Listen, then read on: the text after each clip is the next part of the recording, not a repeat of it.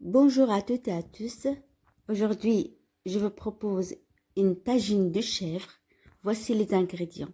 Une cuillère de sel, de poivre, de gingembre et de colorant et le curcuma. Sans oublier le paprika. J'ai utilisé une cuillère à café et je rajoute de l'huile d'argan, 2 cuillères à soupe. C'est très important l'huile d'argan, ça rajoute un goût particulier, c'est vraiment délicieux.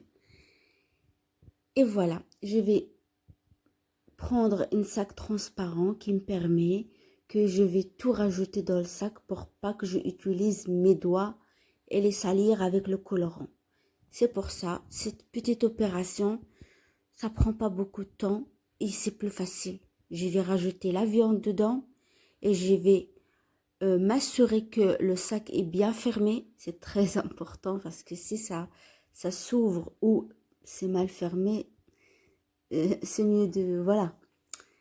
Alors, je rajoute un par un, petit à petit, comme vous voyez.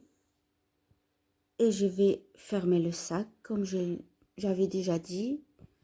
Voilà, voilà, je malaxe, je le fais un petit massage. Et je le laisse poser 5 minutes.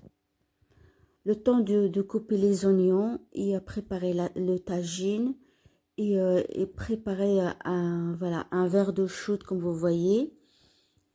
Je vais le déposer dans le tagine sur un feu moyen. Voilà. On voit bien que les côtes elles sont bien, voilà, elles sont bien vernies avec les paprikas et tout, les sel, le poivre. Voilà, elle est bien dorée. Je le tourne, voilà, de tous les côtés, à gauche.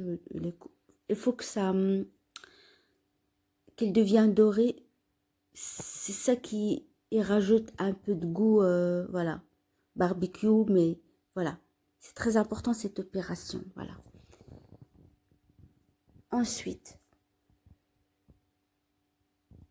vous pouvez rajouter les oignons rouges ou blancs, comme vous le voulez, c'est pas, voilà, en tranches, c'est très important.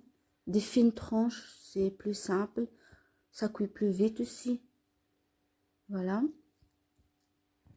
Il y a un moment donné, je vais prendre les côtes, je les mets un peu de côté pour que je puisse rajouter de l'eau chaude, voilà.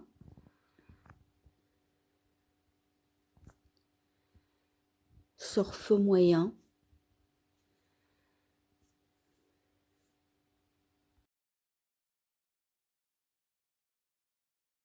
Ensuite, je rajoute le reste des oignons.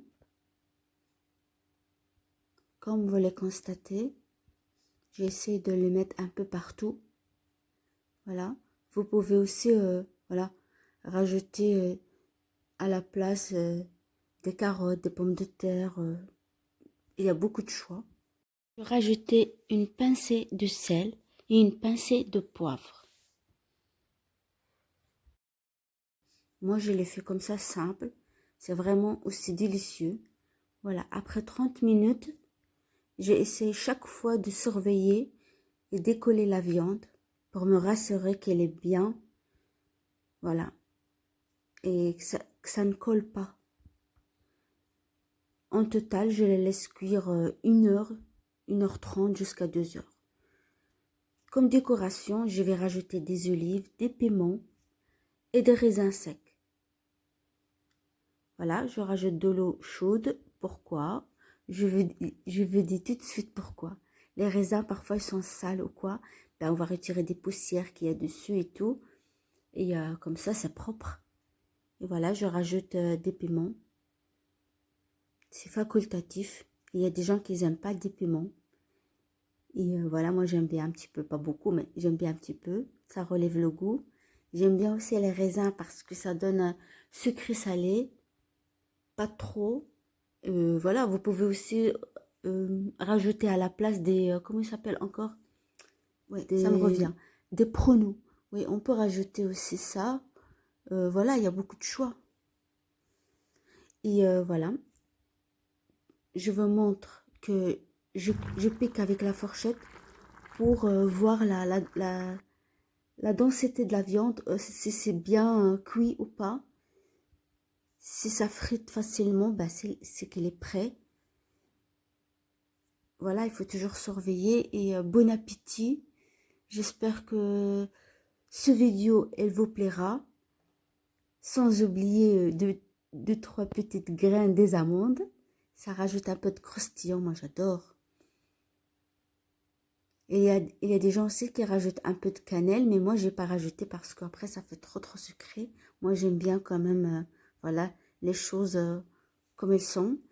En tout cas, merci beaucoup et à très bientôt.